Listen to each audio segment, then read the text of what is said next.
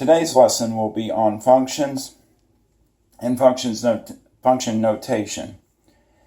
Now, the idea of what we're going to try to do here is first understand the definition of a function, what a function is, and then understand how to work with functions and understand how to basically look at function notation and understand it. Now, before I move on to the definition of a function, let me mention that it is important to understand functions because when we get into limits, we will take the limit of a function, and when we get into derivatives and antiderivatives, likewise, we will take the derivative and antiderivative of a function. So here is the here's the book's definition of a function. It says that a function is a rule that assigns each element in set A to one and only one element in a set B. And this, of course, is for the scenario where the first set A is called the domain and where the second set B is called the range. So, sort of what is happening here is, again, the function will assign each exactly one value in the domain, say x, to this value, say y, that's in the range. So it basically assigns one value from the domain to exactly one value to the range, is the idea of a function. Basic definition. So, I had mentioned function notation. So let's look at an example of how function notation is used. We're going to start by defining this function, which reads as f of x is x squared minus 4x. And what we're going to do with this particular function is we're going to find these two things. Notice I said things. A couple things here. Notice that when I read this, I said f of x is equal to x squared minus 4x. That's kind of the way that's basically how you read a function in this form. And then when you see values like this will read as f of 2 and f of negative 2. So how do we go about finding those two values? Well, the first one, f of 2, think about it, is f of the function evaluated at 2, basically. So x would be 2, so we would simply just substitute 2 in for x. So if we did that, 2 squared would be 4, and then 4 times 2 would be 8, and that gives us negative 4. Likewise, if we're trying to find f of negative 2, x is now negative 2. So we'll plug negative 2 in for here for x and here for x. And that will give me negative 2 quantity squared minus 4 times negative 2. Negative 2 squared will, of course, be positive 4. Negative 4 times negative 2 would give you positive 8, which the result would be 12. So that's just one example given a function finding two values. What we're going to do next is look at a second example where you're actually given two functions. And your two functions are f of x is x squared minus 3x and g of x is x squared plus 1. Or excuse me, 2x plus 1. Forgive my mistake there. That was totally incorrect. So let me just read that again. F of x is x squared minus 3x. G of x is 2x plus 1. And see, we're going to find two values again, but they look different. As you can see, A is f of g of 3 is how it's read. How we evaluate it is we will find g of 3 first, and then whatever that value is, we'll plug in f. So it's a two-step process. So let's find g of 3, and I'm actually going to work it right into parentheses. Newer books are teaching that. Now, in some ways, I think it's an easier way to do it. So we're going to do 2 times 3 plus 1, because remember, we're using g. So 2 times 3 is 6 plus 1, which would be f of 7. So literally, when we put our input to g was 3, our output from g of 3 would be 7. That output now becomes the new input, so we're going to take 7 and plug it into f. which will be 7 squared plus 3, or excuse me, minus 3 times 7, and that is a negative symbol, which will give me 49 minus 21, which is 28. And that should be a 4. Made some mistakes there. But anyway, that's a minus, and that's 49 minus 21. Okay, let's do the next one.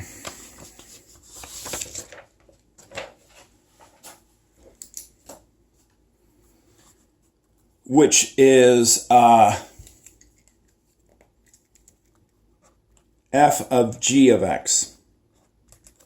Notice that we don't have a number, but we still can work this, because what we can do is basically just plug g of x is 2x plus 1, so I'll just simply plug that in for the input into f. So now we're going to find f of 2x plus 1. So that means we're going to put 2x plus 1 into f, so this will be 2x plus 1 squared minus 3 times 2x plus 1. How do I write that out? Well, literally what I'm plugging in, I have to square it and then subtract minus 3 times that input. So it'll be 2x plus 1 squared minus 3 times 2x plus 1. I'm going to have to FOIL this out, so let me just bring this down. 2x plus 1 and then 2x plus 1. We're going to times it and multiply it out, FOIL it. And then here we just distribute the negative 3, which gives me minus 6x minus 3. So if we FOIL, first would be 4x squared, outer would be 2x, inner would be plus 2x, and then 1 times 1 last will be 1, and then bring this part down. And then when we combine all of our terms together, like terms, we have one x squared term, so it'll be 4x squared, and then 2x plus 2x is 4x minus 6x will be minus 2x. 1 minus 3 is negative 2. So there is our result of f of g of x, which is 4x squared minus 2x minus 2.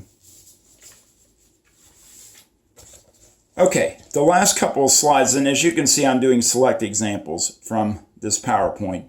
I'm going to do examples 4, 5, 7, and 8. And they deal with range and domain. So this will give you a better idea of understanding range and domain. So we got a feel for how to this operate with function notation. And basically it's just substituting into the function. But in this example, example 4, what we're going to do is find the range and domain of the given function. Now in this one, remember, domain's what you plug in. That's the x values, and the y values you get back is the range. So let's just start with the domain. And so the idea is, okay, what numbers can I plug in the function and not worry about it, something going wrong is what I'm going to call for right now. And what I mean by that is what we're going to look out for is situations in algebra that do not give us a solution, or where there's no solution or undefined or whatever.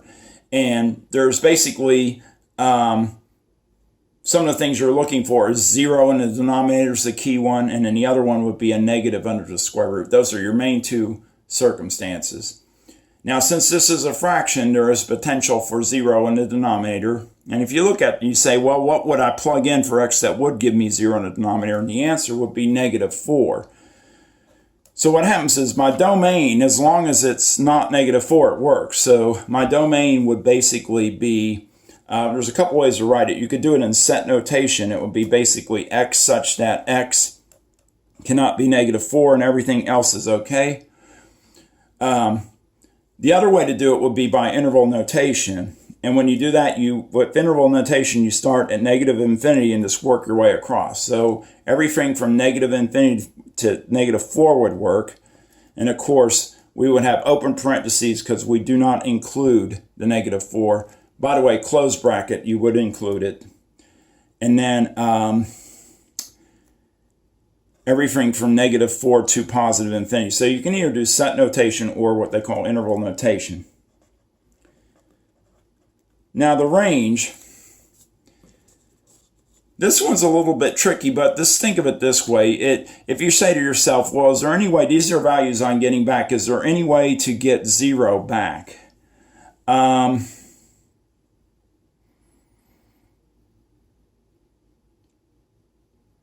in this case, there really isn't a way we can get 0. However, we can get, it seems to appear like if I plugged in, say, -5, that would give me a negative number in the bottom, and 2 divided by a negative number would be a negative number. So we seem to have a negative values in the bottom. And in fact, we could get those numbers so close to 4, like, for example, -4.01, and that would give me a very small negative number. When I divide it into 2, I would get a bigger number. So what happens here is basically the range is everything but 0. That's the only value I can't get. I can get things very close to 0 because I can pick gigantic numbers for x, and it would essentially be very close to 0. But since we're talking about defining a function, it never is exactly equal to 0. We'll talk more about that with limits. So for right now, the proper answer is basically everything but 0 would work here. So in set notation, it would be y such that y does not equal 0. So again, with this function, basically the domain, we can plug in anything but -4, and we can get any large negative value, any positive negative number. The only value we can't get back from plugging numbers in for x is 0. Okay, so number 5. Again, dealing with range and domain. Here, my function is g of x is equal to square root of x minus 5.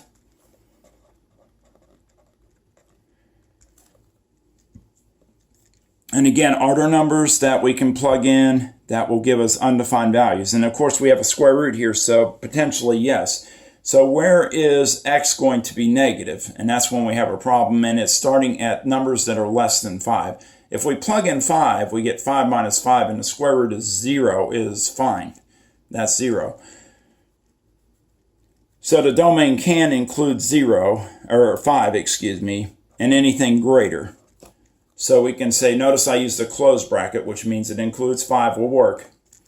So in interval notation, bracket 5 all the way up to infinity will work. Everything else will not work. Anything like 4, 3, 2, any negative numbers I plug in there, they're not going to work. And of course, if you want set notation, it would be x such that x is greater than or equal to 5. Notice I put the bar there to include 5. In this case, since we're talking about the principal square root, we're only talking about the positive roots that come back. And basically any number, once we get bigger than 5, any positive number is a reality, starting at 0. So basically, plugging in 5 or higher will give us numbers that are 0 and higher. So my range will go from including 0, 0 to infinity. And again, in set notation, you can do y such that y is greater than or equal to 0. Okay, let's throw a little twist to this. So what I'm going to do next is actually look at the graph of the function.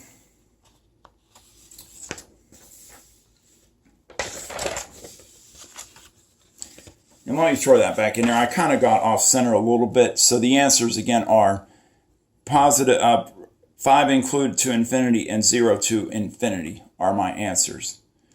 I think I got off the camera a little bit. All right, so going back to this one. What if I gave you the graph of the function and asked for the domain and range?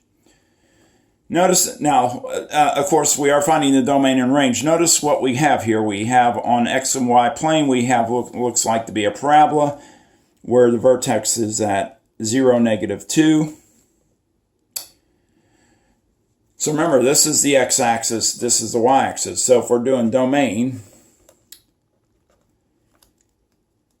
it will be the x values. Let me zoom that out a little bit. And in this case, it appears the domain can be everything. This basically continues upward in all directions. I didn't put the arrows. So I know it looks like it kind of stops, but this graph literally keeps going as it goes up. So it basically, the parabola spans all of x. So that means that basically the domain will be all real numbers. There's different notations I've seen, but in brackets you can just put all real numbers, or in interval notation you can simply just put negative infinity to positive infinity. That indicates everything. So it's all reals. Now the domain, the range is restricted because it appears that the range cannot be, or y cannot be less than -2, but anything greater than -2, including -2, will work. So that will be my range, will be bracket -2 to positive infinity, or y such that y is greater than or equal to 2. I do have one more question. It's not listed here, but what if I asked you the question, given this graph, is it a function? And you would be able to determine that by the vertical line test. So if every point on the curve, I can draw a vertical line and it only touches in one place, then it's what we say called passes the vertical line test. So if it does that, it means it's a function. So this graph will pass the vertical line test because any vertical line I draw only touches in one place. So I will make a note that the graph is a function.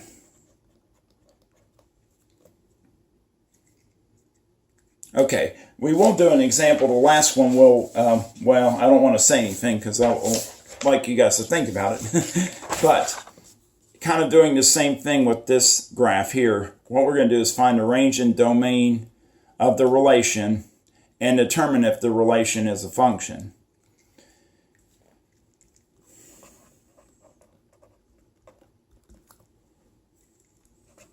So domain and range. Well, looking at this graph, it appears that it spans basically positive x, because notice the graph isn't on this side, is not in quadrants 2 or 3. It's only in quadrants 1 and 4, but it does appear to span all positive x. So that means that the domain would be from 0 to positive infinity, or x such that x is greater than 0. Because it appears that x has to be positive.